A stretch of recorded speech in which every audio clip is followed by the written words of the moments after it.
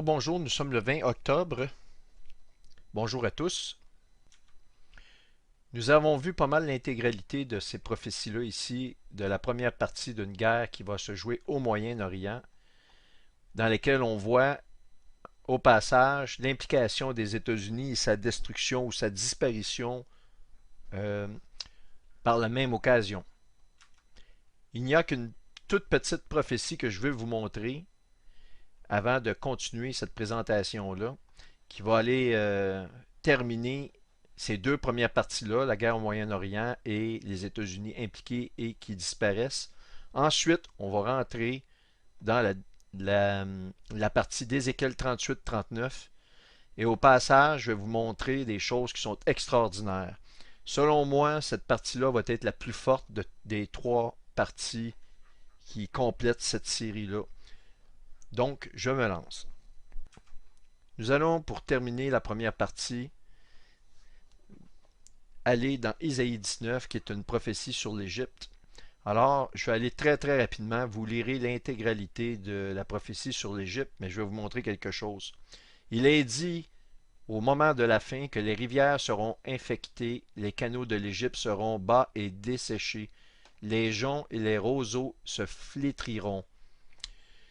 Ce ne sera que nudité le long du fleuve, à l'embouchure du fleuve. Tout ce qui a été semé près du fleuve se desséchera, sera réduit en poussière et périra. Les pêcheurs gémiront, tous ceux qui jettent l'hameçon dans le fleuve se lamenteront, et ceux qui étendent les filets sur les eaux seront désolés. Autrement dit, il y a un dessèchement du Nil, du grand fleuve d'Égypte. Et regardez maintenant la nouvelle qui suit. Une nouvelle qui date, imaginez-vous, du 29 septembre. On est exactement dans le signe astronomique du chapitre 12. Le Nil s'assèche. Green Matters. Le Nil qui traverse l'Égypte et 10 autres pays africains est essentiellement à la survie des habitants de ces nations. N'est-il pas vrai que on nous parle qu'effectivement les citoyens de l'Égypte, notamment les pêcheurs, vont gémir et ceux qui tendent les filets seront désolés, mais il y a plus que cela. On nous dit que ceux qui travaillent le lin peigné et qui tissent des étoffes blanches seront confus. Les soutiens du pays seront dans l'abattement. Donc, on nous confirme dans cette nouvelle que le Nil est vraiment essentiellement à la survie de cette nation. Alors, donc malheureusement, le changement climatique, et oui, est en grande partie responsable de l'assèchement du Nil qui devrait aggraver la situation de millions de personnes. On nous le dit, prophétie qui est présentement en réalisation. Alors on continue, parce que je ne vais pas passer beaucoup de temps sur le chapitre 19 d'Isaïe. Alors on nous dit ceci, que leur chef ou leur président ou ceux qui sont à la charge du pays égarent l'Égypte. L'Éternel a répandu au milieu d'elle un esprit de vertige pour qu'il fasse chanceler les Égyptiens dans tous leurs actes, comme un homme ivre chancelle en vomissant. Le pays de Juda sera pour l'Égypte un objet d'effroi. Alors, les Israéliens vont mettre à peur, ils vont conserver les Égyptiens en respect avec la force de leurs armées. Alors on voit qu'il va y avoir une implication dans la guerre avec l'Égypte, mais si vous lisez le contexte ici, elle ne sera pas frappée comme les autres pays d'alentour avec, à proprement dit, dans la majorité des cas, avec des ogives nucléaires spécialisées que j'ai appelées la bombe à neutrons. Maintenant, on va aller voyager dans Genèse chapitre 25, dans lequel on voit la descendance de Ésaü, qui est Édom. Alors, on va faire ça très rapidement. J'ai un trésor à vous montrer. Il est incroyable, ok? On va parler de la postérité du fils de la promesse qui est Isaac, le fils d'Abraham que je vous ai déjà mentionné. Alors, il est écrit ceci, et là, ici, nous sommes dans Genèse 25. Vous lirez l'intégralité de ce chapitre-là. Je vous invite aussi à lire Genèse 26, mais je ne vais pas m'y attarder. Il y a quelque chose que je vais vous montrer La majorité d'entre vous le savez, mais dans le contexte qu'on vit actuellement, avec les événements qui se passent en Israël, tout est mis en lumière, ok? Voici la postérité d'Isaac, fils d'Abraham. Regardez, on va sauter directement au verset 21. Isaac implora l'Éternel pour sa femme, car elle était stérile. Et l'Éternel l'exauça. Rebecca, sa femme, devint enceinte. Les enfants se heurtaient dans son sein. Et elle dit, s'il en est ainsi, pourquoi suis-je enceinte? Elle alla consulter l'Éternel, parce que ça, déjà à l'intérieur de son ventre, il y avait une guerre. Et l'Éternel lui dit, deux nations sont dans ton ventre, deux nations sont dans ton ventre, et des deux peuples se sépareront au sortir de tes entrailles. Un de ces peuples sera plus fort que l'autre, et le plus grand sera assujetti au plus petit. Alors n'est-il pas vrai que maintenant, à l'intérieur du ventre, les deux enfants ou l'enfant qui est à l'intérieur du ventre de la femme Israël, eh bien, assujettit la nation juive, donc la Palestine, qui est cet enfant-là, rend les Israéliens à leur merci depuis des années. C'est interminable et c'est exactement ce qui se passe. Et pourtant, c'est Israël qui est la plus forte de ces peuples-là. Maintenant, et là, ça devient intéressant. Elle a donc des jumeaux. Les jours où elle devait accoucher s'accomplirent, et voici, il y avait deux jumeaux dans son ventre. OK? Deux jumeaux dans son ventre. Retenez ça, c'est incroyable. OK? Ensuite, sortit son... attendez, je vais lire 25 ici. Le premier sortit entièrement roux, comme un manteau de poil, et on lui donna le nom d'Ésaü. Ésaü qui est les Palestiniens, si vous voulez, Édom. OK? Ensuite sortit son frère, dont la main droite tenait le talon d'Ésaü. Et on lui donna le nom de Jacob. Les fils de Jacob, c'est réellement l'héritage d'Israël, qui est, si vous voulez, qui englobe 12 tribus. OK? Et un peu plus tard, on voit, étant donné que Ésaü naît le premier, son frère suit en la suite, Jacob le suit en tenant le talon d'Ésaü. Autrement dit, lorsque dans Genèse, on nous dit, il parle à la postérité du serpent, il lui dit, en parlant de la femme qui est vraiment Israël, elle t'écrasera la tête et tu lui briseras le talon. Eh bien, c'est exactement ce qu'on voit ici, parce que Ésaü a le pied ni plus ni moins sur la tête de Jacob et Jacob lui tient le talon. C'est exactement ce que la Bible nous décrit de la naissance des deux jumeaux, des deux frères, à la différence que Ésaü est né un petit peu avant Jacob et à l'époque, le droit d'aînesse eh bien, appartenait aux plus vieux des enfants, si vous voulez. Alors, on voit ici, vous le lirez au complet, que le droit d'aînesse, finalement, c'est Jacob qui l'achète de son frère. On voit au verset 29, comme Jacob faisait cuire un potage, Ésaü revint des champs accablé de fatigue. Jacob lui dit, vends-moi aujourd'hui ton droit d'aînesse. Ésaü répondit, voici, je m'en vais mourir. À quoi me sert ce droit d'aînesse? Et Jacob dit, jure-le-moi d'abord. Et il lui jura, et il vendit son droit d'aînesse à Jacob. Et c'est ainsi qu'Ésaü méprisa le droit d'aînesse. Alors vous le lirez dans son intégralité. Alors retenez deux frères dont Jacob tient le talon de l'autre, deux frères dans le ventre de la femme. C'est incroyable, OK? Maintenant, regardez ce que je vais vous montrer là. En retenant bien qu'il est bien écrit au verset 23, en plus le verset 23, deux nations sont dans ton ventre. OK? Alors, on retourne à ici. La carte, si vous voulez, d'Israël. On regarde la vue dans son ensemble.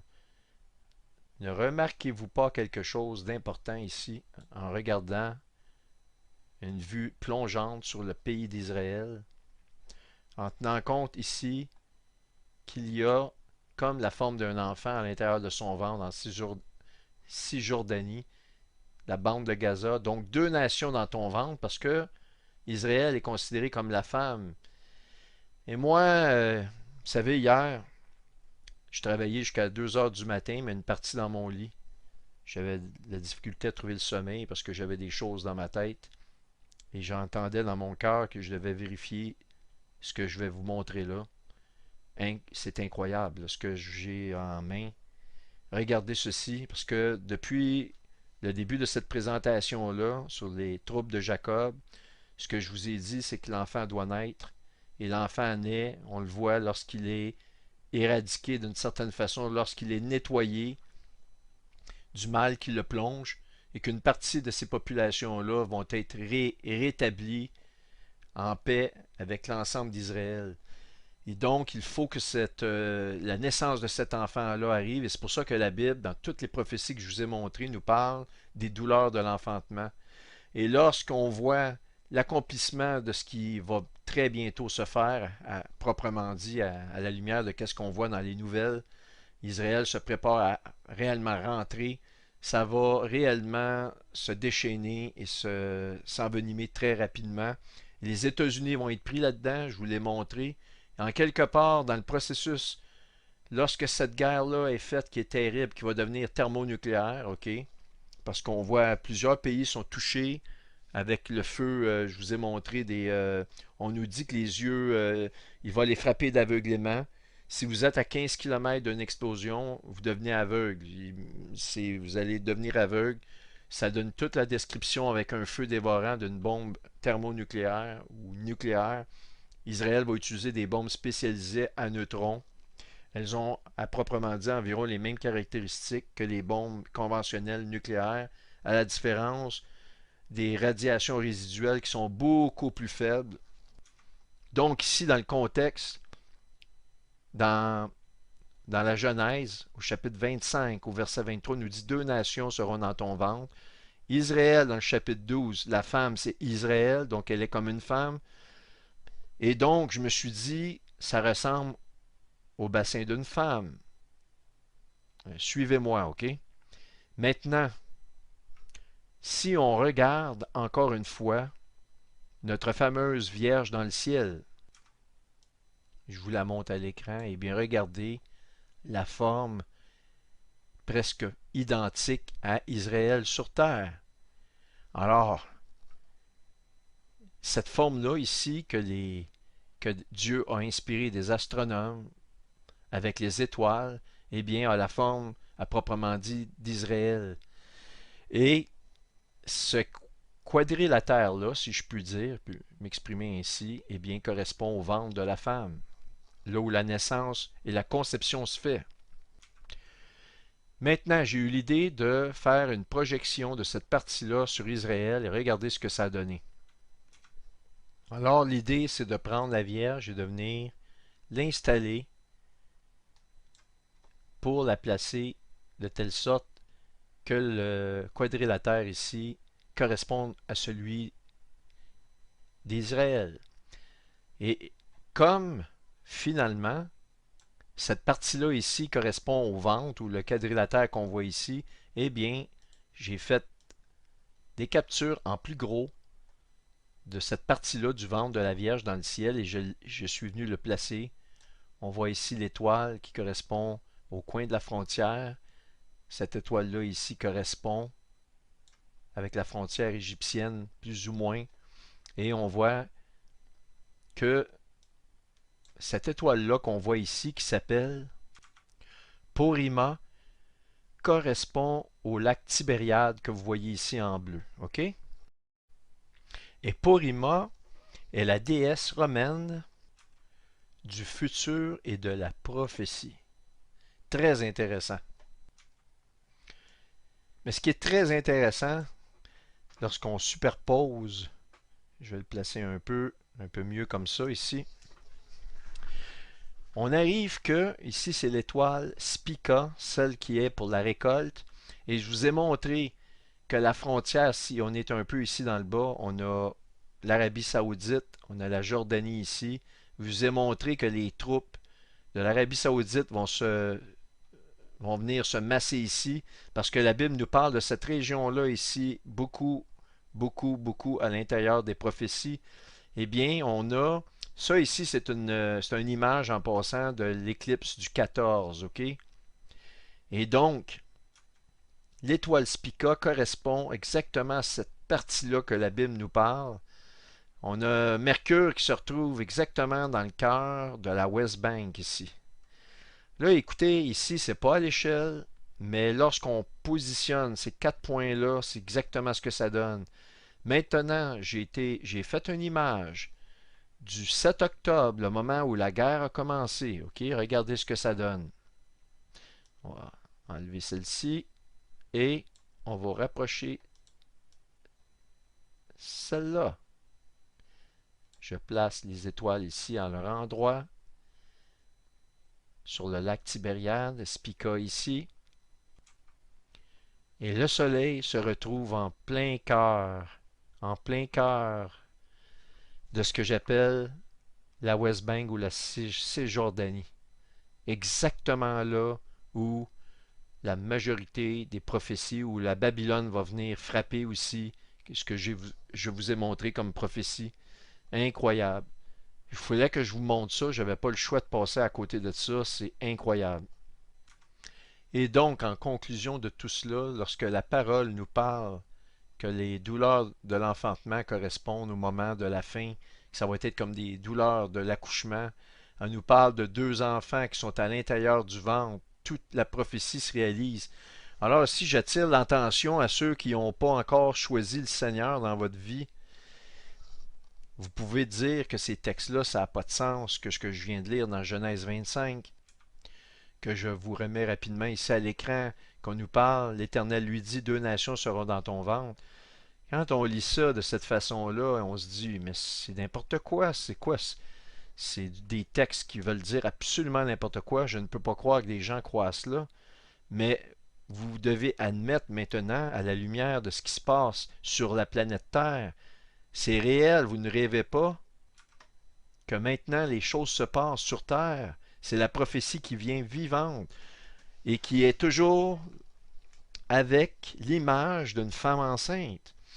Je vous ai déjà dit que la profondeur de la parole est incroyable. Ce qui se fait dans les cieux, ça se fait sur terre, ça se fait aussi dans le monde spirituel invisible.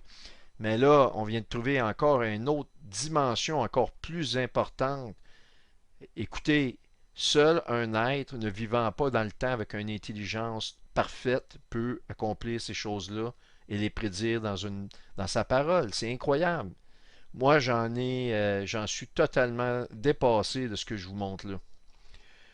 J'ai eu beaucoup de moments forts dans ma courte vie de chrétien. Ça va faire 15 ans maintenant que j'ai accepté le Seigneur, que je suis né de nouveau le 29 septembre 2008 à une conférence que le docteur Gilbert avait donnée à Montréal.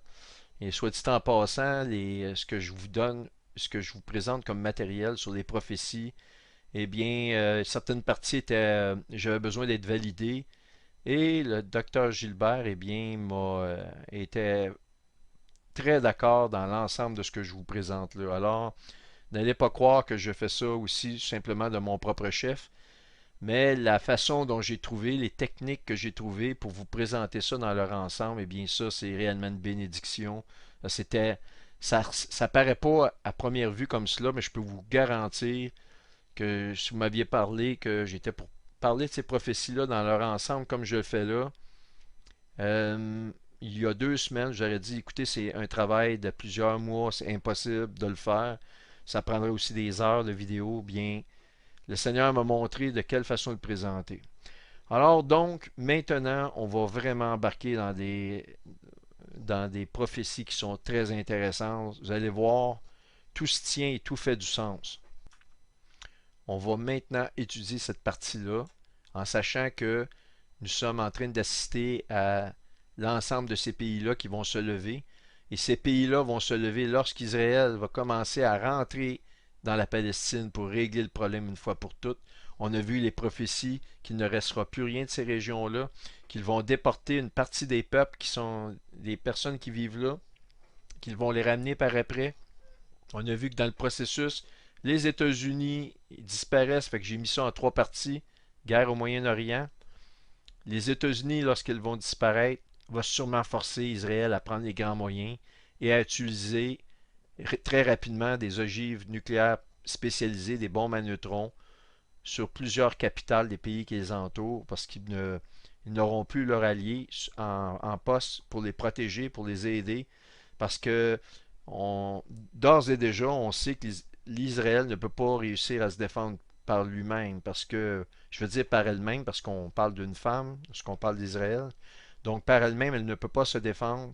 Il y a trop de fronts de combat, et si tout arrive en même temps sans l'aide des États-Unis, eh bien, c'est peine perdue. Mais à un certain moment, ils ne veulent pas non plus utiliser les bombes à neutrons, mais ils ont déjà parlé que s'ils étaient obligés, qu'ils le feraient, et ils ont l'option sanction, et la Bible nous dit qu'ils vont le faire. Moi, je pense qu'à la disparition de leurs amis ici, qui va être très rapide, Israël va dire on n'a pas le choix, parce que là, les belligérants ici, leurs ennemis, vont les savoir en position de faiblesse, ils vont se dire c'est le temps ou jamais d'en finir. Ils vont tous tenter le coup sur Israël. Mais un coup, cette partie-là faite ici, c'est pour ça que j'ai mis les États-Unis avec dans le groupe, dans le même groupe ici, et on a vu à la lumière des prophéties qu'effectivement, la Babylone est là, à un certain moment, elle n'est plus là. On va voir que l'autre guerre qui va suivre rapidement, la Russie ayant éliminé les États-Unis, eh bien, va s'assembler avec une partie des nations qui n'aura pas été détruite ici, qui ne seront pas non plus, pour certaines d'entre elles, impliquées dans la première guerre, ok? À l'exception de la Perse, qui, elle, la Perse versus Elam, j'en ai parlé, là. Mais on va voir que c'est une guerre qui va suivre très rapidement après que les États-Unis soient éliminés. Alors, voici, je me lance dans ces explications-là. Alors, d'entrée de jeu, je vais vous donner quelques notions pour que dans votre tête, ça soit extrêmement clair, pour que vous n'ayez pas, je dirais, d'embûches intellectuelles ou des embûches de pensée à l'effet que, effectivement, la Russie peut détruire, comme la Bible dit, en peu de temps, à l'intérieur d'une heure ou deux, les États-Unis d'Amérique, sans que les États-Unis puissent répliquer de quelque manière que ce soit. OK? En ayant ça en tête, ça va vous aider lorsque je vais vous dire certaines parties de prophétie. Si vous n'avez pas de doute qui subsiste à l'intérieur de vos pensées, ça va vous aider beaucoup à la compréhension. Alors, je vous ai parlé de bombes à neutrons pour Israël. Eh bien, effectivement, selon les dernières données ou recensements, bien que Israël est la seule nation qui n'a pas voulu rapporter le nombre d'ogives qu'ils ont et les types d'ogives qu'ils ont. Mais il est rapporté qu'ils possèdent notamment des bombes à neutrons. Vous le voyez ici, c'est la première qui est nommée. Des armes nucléaires tactiques et des valises nucléaires. Israël fabriquerait ses armes nucléaires au centre de recherche nucléaire de Negev. Alors, bombe à neutrons, c'est la première qui est nommée. Et les experts disent que, selon toute vraisemblance, ils auraient, Israël, 90 ogives. Mais la plupart des experts s'entendent à dire qu'ils en ont au moins 400, une quelques centaines d'ogives. Selon moi, ils en ont beaucoup plus que 90. Et si on compare à la Chine ici, on voit, ça c'est un recensement de 2023, 410, eh bien, Israël aurait plus d'ogives qu'ils n'en ont besoin pour se protéger. 400 ogives, tu peux faire sauter la planète. OK, on continue. C'est quoi, grosso modo, la différence entre une bombe nucléaire et la bombe à neutrons? Là, je ne suis pas en train de vous donner un cours sur l'armement, mais pour ceux qui ne le savent pas, ça va être bien. OK? La bombe à neutrons est une petite bombe à hydrogène. La bombe à neutrons diffère des armes nucléaires classiques dans la mesure où ses principaux effets mortels proviennent des dommages radioactifs causés par les neutrons qu'elle émet. Elle est également connue sous le nom d'arme à rayonnement amélioré. Alors donc, pour faire une histoire courte ici, dans les kilomètres, les premiers kilomètres, eh bien, tout ce qui est organique, vivant, les arbres, les animaux, vont totalement se dissoudre et être désintégrés à proprement dit. On n'a qu'à penser dans Ézéchiel 38, lorsque les yeux des combattants qui font sur Israël rentrent dans leurs orbites, eh bien c'est la description de ce que fait une bombe à neutrons.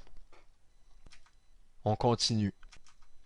Alors, un article ou des statistiques du MDAA, qui est à proprement dit l'Alliance pour les missiles défense, eh bien, sur l'armement russe, c'est assez intéressant. On va aller voir. Ce qui nous intéresse, c'est d'aller voir les missiles balistiques, mais à haute portée.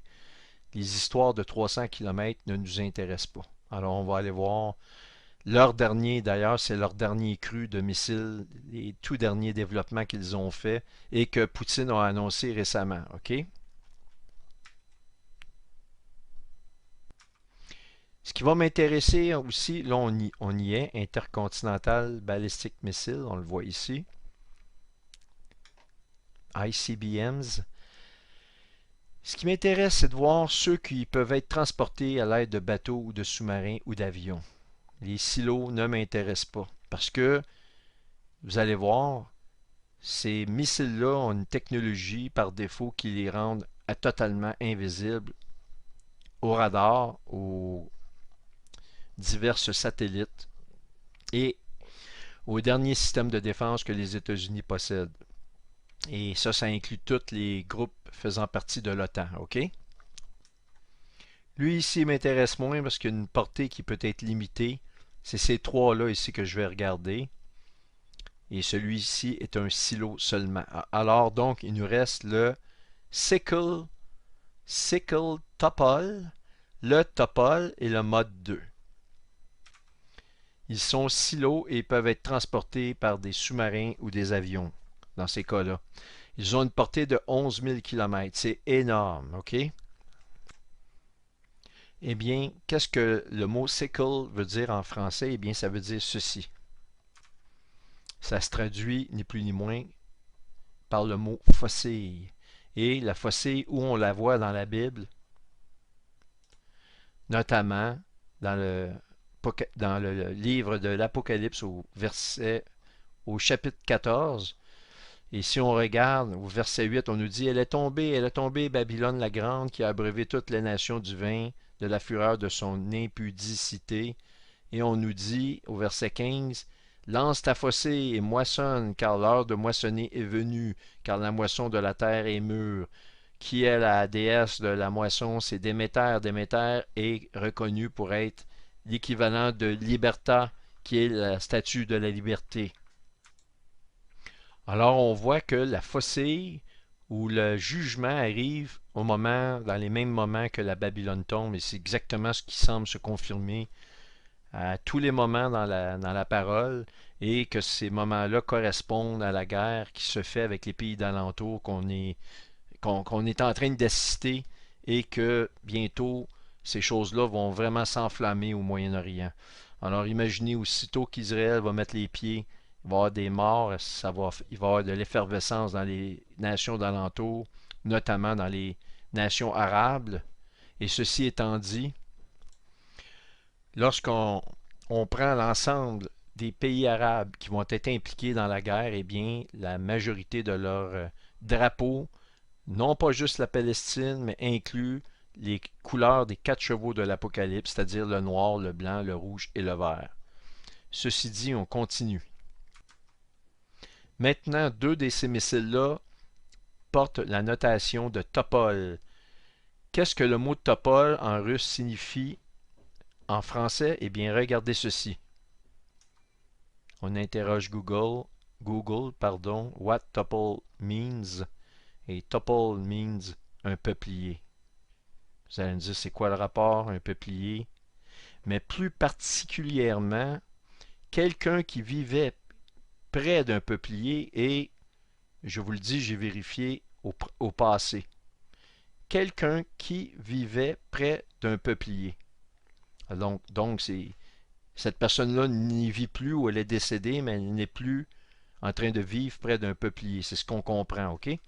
Mais vous vous rappelez ce que je vous avais déjà montré? Qu'est-ce que Alamo signifie? un peuplier. Et je vous ai montré dans une production vidéo qui s'appelle Projet Manhattan ou Code Manhattan que la première bombe atomique, ils l'ont appelé ça le projet Manhattan, et que le développement de cette bombe-là s'est fait à Los Alamos, aux États-Unis, qui est au Nouveau-Mexique, qui est passé en plein cœur de l'éclipse du 14 octobre. Los Alamos. Développement de la première bombe atomique s'est fait dans ce secteur-là ici, qui signifie les peupliers. Et les Russes ont appelé leurs missiles les Topol, qui signifie quelqu'un qui vivait près d'un peuplier. Alors, est-ce qu'ils n'ont pas mis les noms de code sur leurs armes de nouvelle génération? Armes que, en passant, l'armée américaine, les spécialistes ont peur de ces armes-là. Et ces mêmes armes-là qui ont été données par Mme Clinton avec M. Barack Obama. On voit ici un article encore. Je les avais toutes montrées, ces choses-là, mais rapidement, la Fondation Clinton, les connexions entre l'État et le Kremlin. Pourquoi le département d'État d'Hillary a-t-elle exhorté les investisseurs américains à financer la recherche russe à des fins militaires? Maintenant, on voit un autre article ici. Il y en a eu au moment où ça s'est fait, ça a sorti. Mais il y a d'autres personnes qui ont repris ça. Mais c'est incroyable. Et elle se promène, cette femme-là, libre. Elle peut manger du caviar. Elle peut aller se promener partout. C'est incroyable. Un projet russe visant à voler la technologie américaine. Mais oui, parce que cette technologie-là, c'est les États-Unis qui l'ont développée en premier. Les Russes ont pris cette technologie-là. Et la Fondation Clinton nous a donné tous les plans avec Obama, qui passe pour un héros en passant. Alors, ceux qui dotent que Obama pourrait être celui qui monte le cheval rouge pour enlever la paix sur Terre, eh bien, j'ai une nouvelle pour vous. En 2008, avant que Obama arrive, c'était tranquille sur Terre en 2008. Maintenant, est-ce que c'est tranquille sur Terre? Et à la lumière de ce que vous voyez là, de ce que cet homme-là a fait, qui est abominable, eh bien, ne vous demandez pas pourquoi il n'y en aura pas de paix sur Terre. Un projet russe visant à voler la technologie américaine via les dons de la Fondation Clinton, parce qu'eux autres se sont remplis les poches à travers dans le processus. Construit des missiles hypersoniques pour cibler les États-Unis. Projet, bon, c'est une mauvaise traduction, mais parce que j'ai dû le mettre en français pour vous aider, mais c'est incroyable. Et ça, vous avez des détails très croustillants de la façon dont ils ont réellement, sans pudeur, transféré cette technologie-là. Et maintenant, pourquoi ces missiles particulièrement, pourquoi les missiles hypersoniques russes ne sont pas visibles sur les radars? Alors, c'est pas compliqué. Je vais vous donner la réponse rapidement, mais je ne veux pas tout mettre l'information, toute la lire, ça serait vous perdre. Mais ni plus ni moins, ces missiles-là, avec le moteur hypersonique qui va créer une couche d'ionisation sur la coque, va créer une épaisseur de plasma. Alors donc, c'est tellement rapide que la pression de l'air devant l'arme forme un nuage de plasma lorsqu'elle se déplace, absorbant les ondes radio et les rendant pratiquement invisibles au système radar actif. Alors, c'est pas compliqué. Si on prend pour acquis qu'il tirerait d'un silo en Russie, une de ces armes-là, à l'intérieur de la demi-heure, elle frappe n'importe quelle cible sur Terre, incluant les États-Unis d'Amérique. OK? Maintenant, ils vont utiliser des armes qui peuvent transporter au moyen de sous-marins et au moyen d'avions. Et c'est aussi simple que avec des avions qui peuvent monter à des altitudes de l'ordre de 40 000 pieds ou proches, vont grimper en haut, vont faire démarrer ces engins-là qui peuvent rester plusieurs jours à, à la limite de la ionosphère, si vous voulez, de la très haute atmosphère. Et au moment où ils le veulent, ils vont donner l'ordre de frapper la source. Pendant qu'ils vont être à l'intérieur, s'il n'est pas déjà fait, là, ça se peut qu'ils aient déjà lancé, mais pendant qu'ils vont être à l'intérieur de cette partie de l'atmosphère que la Bible nous décrit. Je vous l'ai montré à l'orée de la limite des étoiles, ou lorsque les étoiles commencent, ou lorsque les étoiles existent, si vous voulez, le haut ciel, si vous voulez. On voit ça dans la parole. Je l'ai montré de façon très claire dans une épisode précédente. Puis je vous remets ici l'image à l'écran. Donc c'est environ à la hauteur de la haute atmosphère qu'on voit ici. C'est vraiment ça. Et comme les hirondelles, ils ont des mouvements aléatoires, les rendant totalement impossibles, pratiquement impossibles à être interceptés. La parole nous dit que chacune des flèches de l'ennemi tirées contre Babylone reviennent avec un 100% de cible, ne reviennent pas bredouilles. OK? La parole nous dit elles sont illuminées, il y a une couche de lumière, et c'est ça la couche d'ionisation. La parole nous dit qu'elles sont comme des hirondelles, un vol qui est aléatoire comme on le voit ici. L'hirondelle, c'est un oiseau qui va voler au-dessus des arbres pour ne pas avoir d'obstacles. Il va voler en groupe. Ça, j'ai tout montré ça, mais je vous le rappelle. Et donc, on est à une certaine hauteur qui est impossible à voir à l'œil du sol. Mais maintenant, c'est pas juste ça, c'est qu'il n'y a pas d'obstacle. Donc, cet appareil-là, cet objet-là, cette arme-là va voler et lorsque le temps est venu, va plonger à des vitesses inimaginables sur la cible qu'on voit ici, avec une précision qui est absolument chirurgicale. Mais donc, c'est le plasma qui les rend totalement invisibles. Et l'armée américaine le sait, ils sont en retard et c'est pour ça qu'actuellement les États-Unis sont dans une grande course, un stampede, pour essayer de posséder cette arme-là, qu'ils ont eux-mêmes développé les premiers. Alors, lorsque le Seigneur dit qu'il va juger, eh bien, qu'il va juger un pays, eh bien, je vous le dis, la meilleure chose qu'il reste à faire, c'est de se mettre à genoux et se repentir parce que, effectivement, peu importe le moyen qu'il va l'utiliser, s'il prononce la parole, eh bien, cette parole-là s'accomplit et les États-Unis sont terminés. Alors, on a ici la faucille pour ramasser celui qui vivait là où il y a des peupliers. C'est à peu près ce que ça dit. Et Los Alamos, les peupliers, c'est l'endroit que les États-Unis ont développé la première bombe nucléaire. C'est absolument révélateur. Alors, si vous pensez que les Russes ne vont pas l'utiliser contre les États-Unis, eh bien, j'ai des nouvelles pour vous. Relisez votre Bible. Maintenant, j'ai eu des questions ou des commentaires intéressants à l'effet que oui, mais si la Russie lance une attaque thermonucléaire contre les États-Unis, ceux-ci vont riposter, ça va être la fin de l'humanité. Eh bien, je vous le répète, la parole est claire, je l'ai montré dans Jérémie 50-51. Relisez-le. Babylone ne peut pas répondre et ne répond pas, il n'y aura aucune réponse de sa part, elle va se faire anéantir en 1 heure ou en 2 heures, je suis plus tellement sûr, là, mais vous le lirez, c'est très rapide, il n'y a pas de réplique de Babylone, ok? Et une raison, ben, comme je viens de vous le montrer, indétectable, lorsque ces ogives-là vont frapper en groupe comme des hirondelles, les villes américaines vont exploser. Ça va se faire simultané, OK? Ils sont capables de le faire avec des sous-marins euh, sur la côte ouest, sur la côte est des États-Unis. Et ils peuvent faire frapper ces missiles-là venant du nord. Ils peuvent les faire contourner les systèmes de défense, même si ces systèmes de défense-là sont totalement désuets. Faites des recherches là-dessus, vous allez voir. Tous les systèmes de détection, même les plus récents installés par l'OTAN, sont totalement désarmés face à ces armes-là, hypersoniques.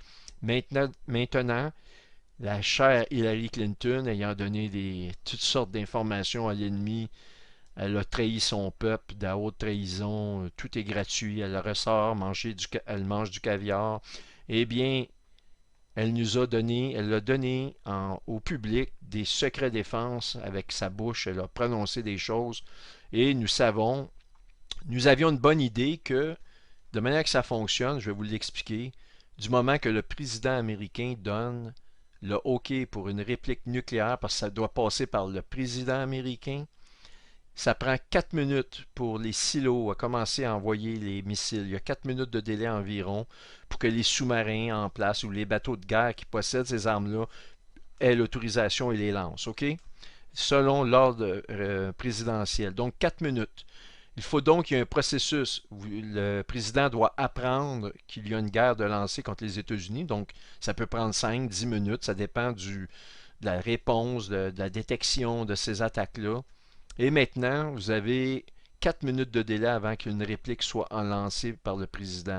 Du moment qu'il donne le OK, on a un délai de 4 minutes. Alors, ces 4 minutes-là est une éternité parce que ces armes-là, lorsqu'elles frappent en groupe, elles vont frapper à l'intérieur de même à l'intérieur de la minute. Ça va être très rapide. Et donc, nous avons une confirmation parce que Mme Clinton, elle a osé parler en public et elle a déclaré ceci. Elle voulait critiquer évidemment Donald Trump. Elle disait qu'on ne pouvait pas y faire confiance pour le lancement d'une attaque nucléaire.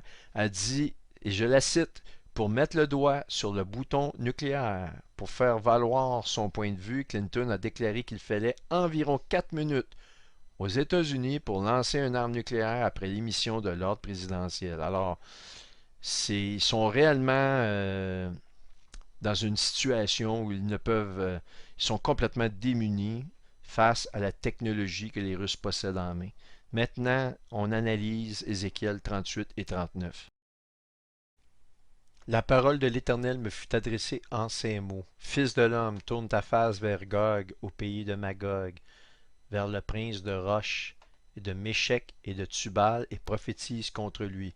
On va regarder Roche et Méchec, ce sont les fils de Japheth. Le fils de Japheth, qui lui a eu des descendances dans les parties à l'extrême du septentrion, c'est-à-dire à l'extrême nord. Si on va dans la concordance, Méchec qu'on voit ici, vous voyez le fils de Japheth qu'on voit ici. Donc ici, à proprement dit, c'est la Russie qu'on connaît aujourd'hui. Maintenant, Tubal, c'est une région qui englobe maintenant la Turquie qu'on connaît aujourd'hui. Si vous interrogez Google ou si vous faites de la recherche, vous allez le trouver par vous-même. Où est Tubal? Tubal, à l'époque d'Ézéchiel, comme une région qui se trouve aujourd'hui en Turquie. Donc, c'est la Turquie. Alors donc, immédiatement, vous devez remarquer que je ne vous ai pas parlé de la Turquie dans la première guerre des pays d'alentour. Elle ne sera pas impliquée. Mais imaginez-vous, la, tout l'ensemble des pays que je vais vous montrer dans la coalition dans laquelle la Russie va être à la tête. Eh bien, imaginez-vous le scénario. Un drame mondial, Israël rentre et massacre des gens, c'est ce qu'ils vont dire. Il va y avoir évidemment des dommages collatéraux si les guerres amènent des dommages collatéraux. Et soit dit en passant, le Seigneur juge le peuple juif. Les 2 tiers vont périr pendant les tribulations. 2 tiers des Juifs vont mourir. C'est énorme. Alors, il y a effectivement beaucoup de corruption à l'intérieur d'Israël et le jugement va venir aussi pour eux. Le titre de cette présentation-là, ce sont les troubles de Jacob. C'est pas pour rien, parce que j'ai reçu un commentaire que c'est comme si Israël avait rien fait de mal, ils sont parfaits. J'ai jamais dit qu'Israël était parfait. C'est au contraire, le titre par lui-même parle. Alors, pour vous mettre dans le contexte que c'est des choses terribles qui s'en viennent. Et donc, les belligérants ici ne sont pas, vous ne les aurez pas vus dans ma présentation des pays d'alentour, à l'exception de la Perse ou de l'Iran. Elle, c'est un peu différent. Alors, je continue. Donc, Tubal, c'est la Turquie, la Russie. Alors, au verset 3, on dit, tu diras, ainsi parle l'Éternel, voici, j'en veux à toi, Gog, prince de Roche et de Méchec et de Tubal. Il les répète. Ils sont vraiment les principaux, les armées principales qui vont maintenant bientôt foncer contre Israël, ok? Je t'entraînerai et mettrai une bouche à ta mâchoire. Je vous ai montré c'est quoi la bouche, la boucle, pardon, à la mâchoire de l'ours, ok? C'est les réserves de pétrole extraordinaires. Donc, je ne veux pas passer de temps à vous remontrer ces choses-là.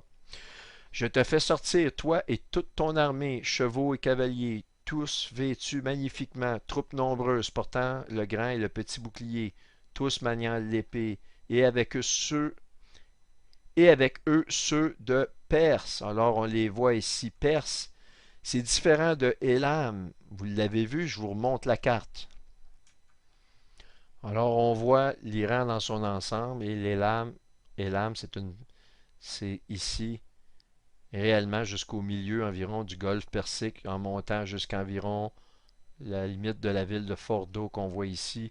Et ça englobe les deux euh, usines nucléaires qu'on voit ici, dont une qui est en construction et celle qui est actuellement en fonction.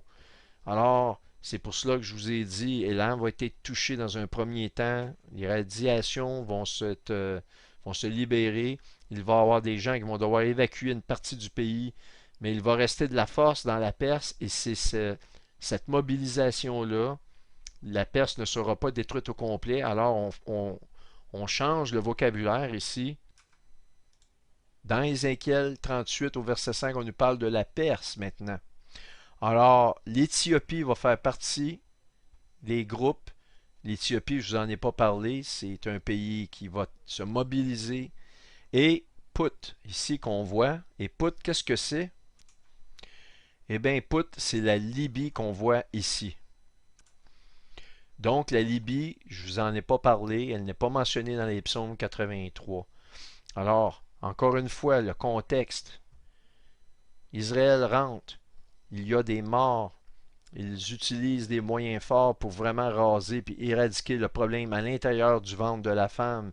Les États-Unis s'en mêlent et éventuellement la Russie détruit les États-Unis et là les pays arabes ça va être l'euphorie. Ils vont vouloir en terminer avec Israël.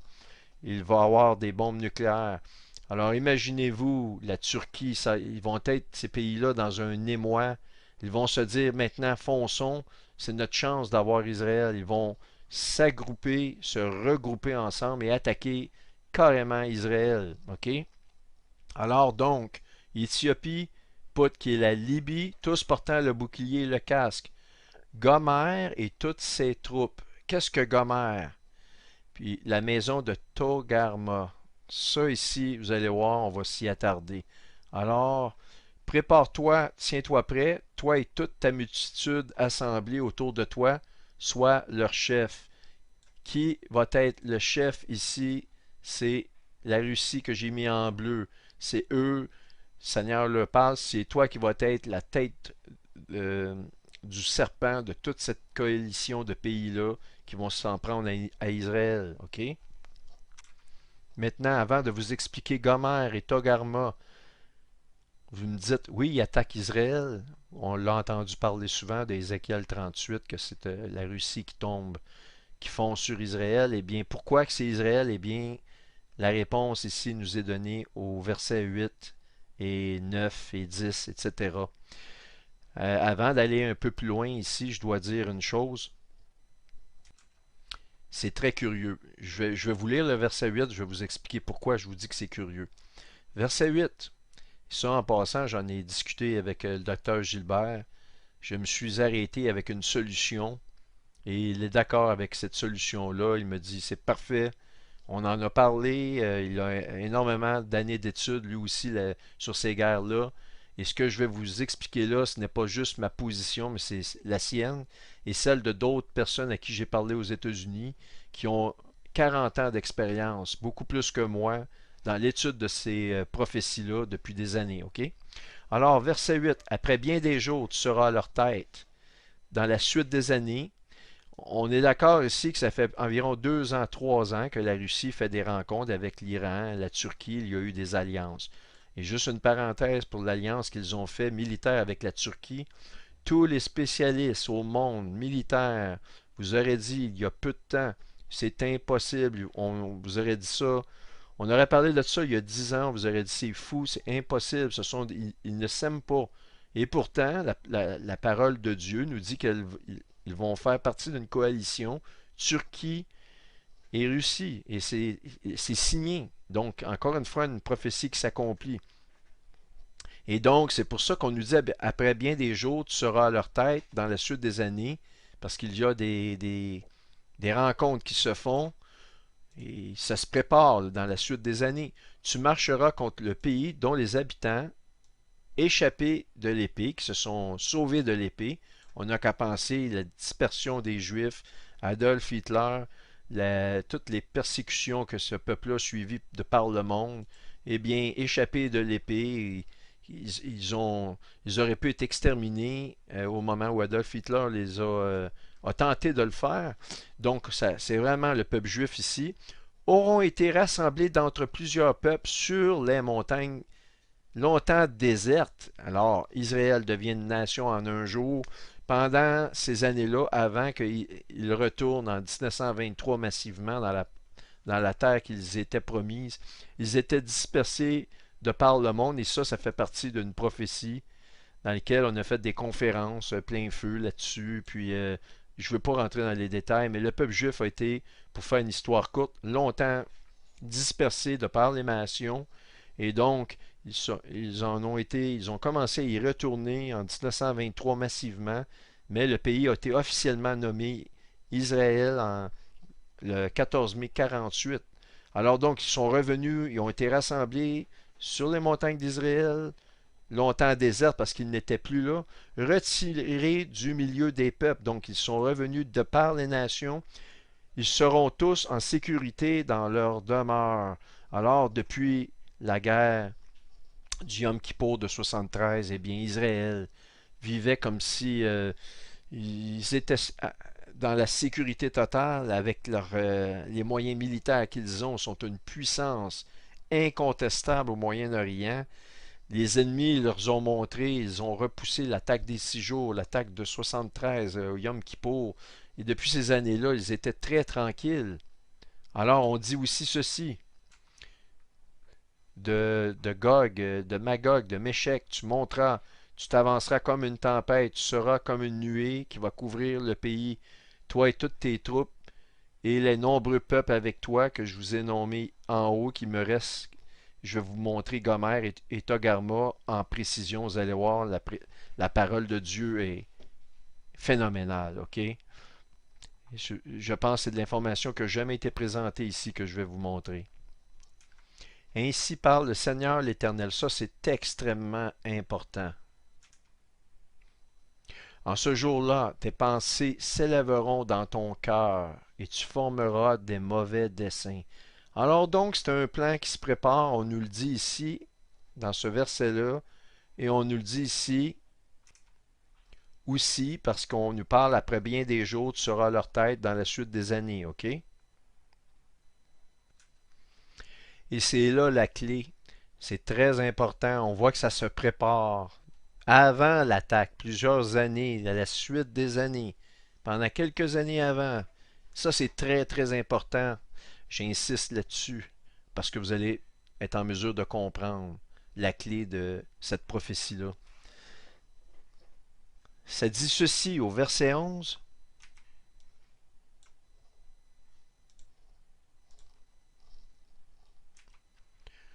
Tu diras, je monterai contre un pays ouvert, je fondrai sur des hommes tranquilles, en sécurité dans leur demeure, tous dans des habitations sans murailles, et n'ayant ni verrou ni porte. Alors vous êtes d'accord que je vous dis que cette guerre-là va se faire après la guerre sanglante, dans laquelle Israël va devoir et va utiliser des bombes nucléaires spécialisées, des bombes à neutrons. Alors vous allez me dire, oui, mais ils sont pas tranquilles. C'est impossible que la parole nous dise des hommes tranquilles, en sécurité. Donc, ça suppose deux options ici. Que cette guerre-là, il se passe 2, 3 ans entre la guerre au Moyen-Orient des peuples d'alentour, il y a la destruction des États-Unis, il y a une accalmie, l'Antéchrist vient confirmer l'accord de paix, et c'est 2 ans après que tout à coup la Russie fonce et les attaque. Eh bien, ça fait pas de sens. Ça n'a absolument aucun sens, OK? Il faut que ça soit des guerres rapprochées.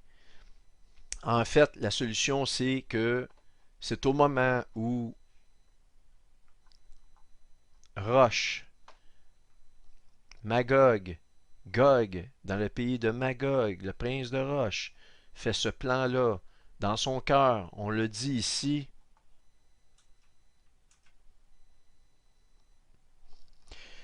Des pensées s'élèveront dans ton cœur et tu formeras un mauvais dessein. C'est un plan qui est planifié sur des années.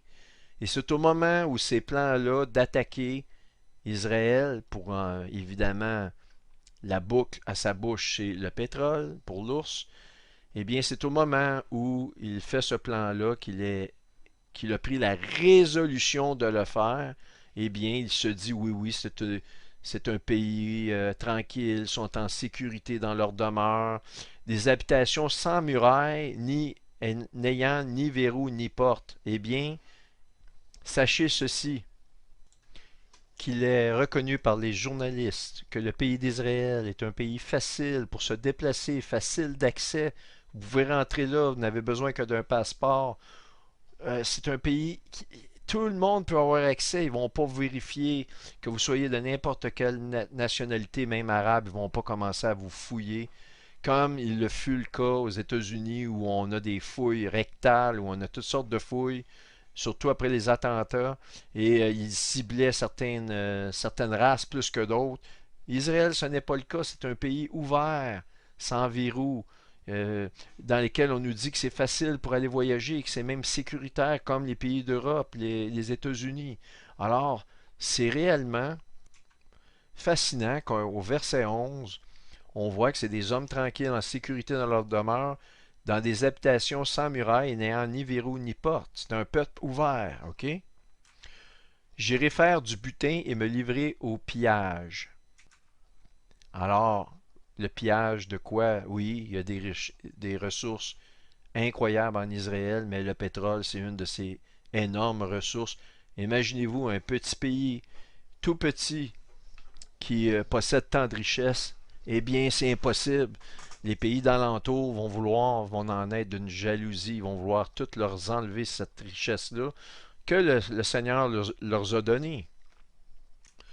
Porter la main sur des ruines maintenant habitées, eh bien, on n'a qu'à penser aux ruines du Second Temple.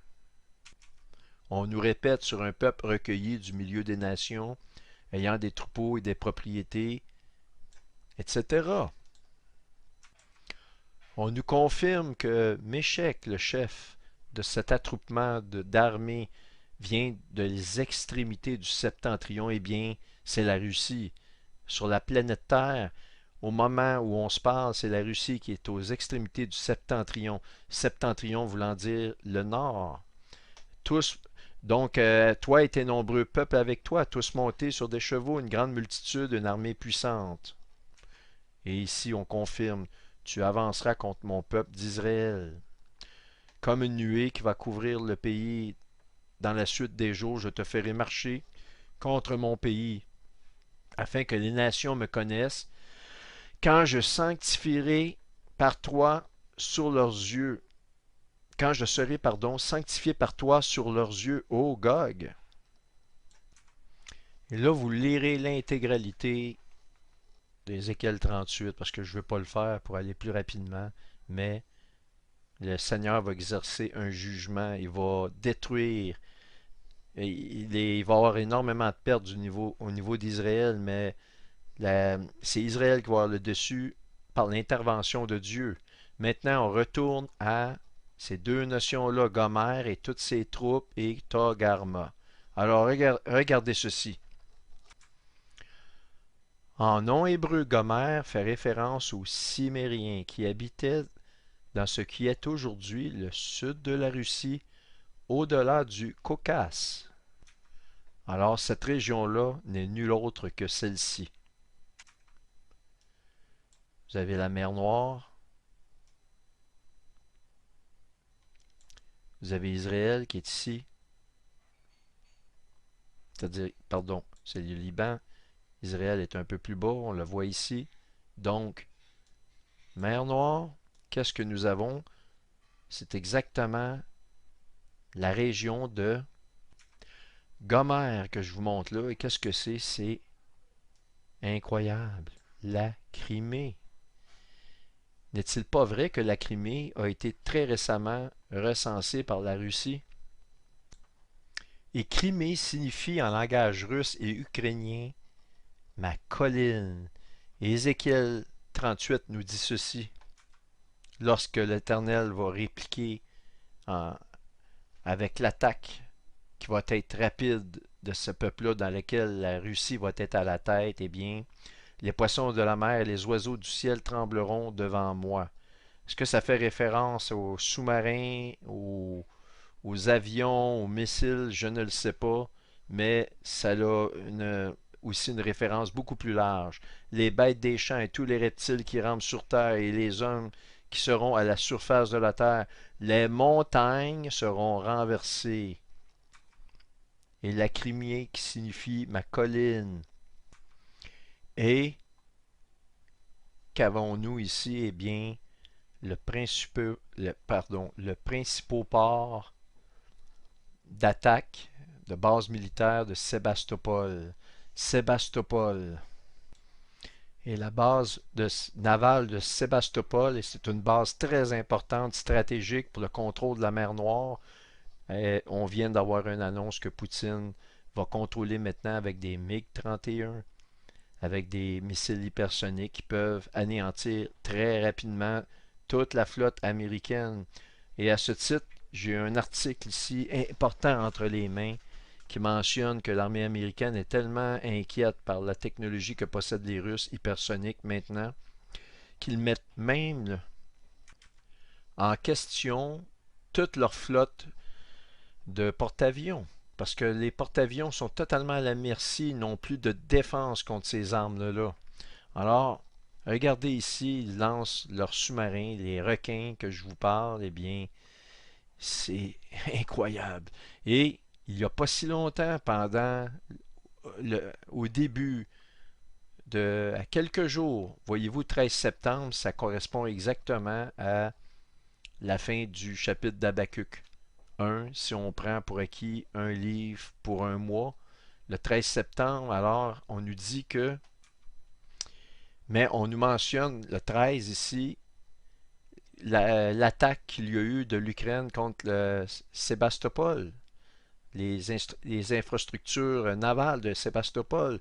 Alors, ils essaient maintenant d'attaquer ce point stratégique-là. Et voyez-vous, tout est en préparation pour la prophétie de Ézéchiel 38 dans laquelle Gomer et toutes ses troupes, il y a des attroupements de sous-marins, de bateaux de guerre. C'est un détail qui s'ajoute à la Russie qu'on voit ici. C'est un détail précis. Tout est en place. Je ne sais pas si vous réalisez ce que je suis en train de vous montrer là, mais moi, je peux vous dire une chose. C'est quelque chose qui m'émerveille.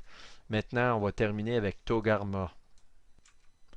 Togarma se situe en Anatolie du Sud-Est. Alors, allons voir sur une carte qu'est-ce que ça donne. Anatolie, c'est en Turquie. Voilà.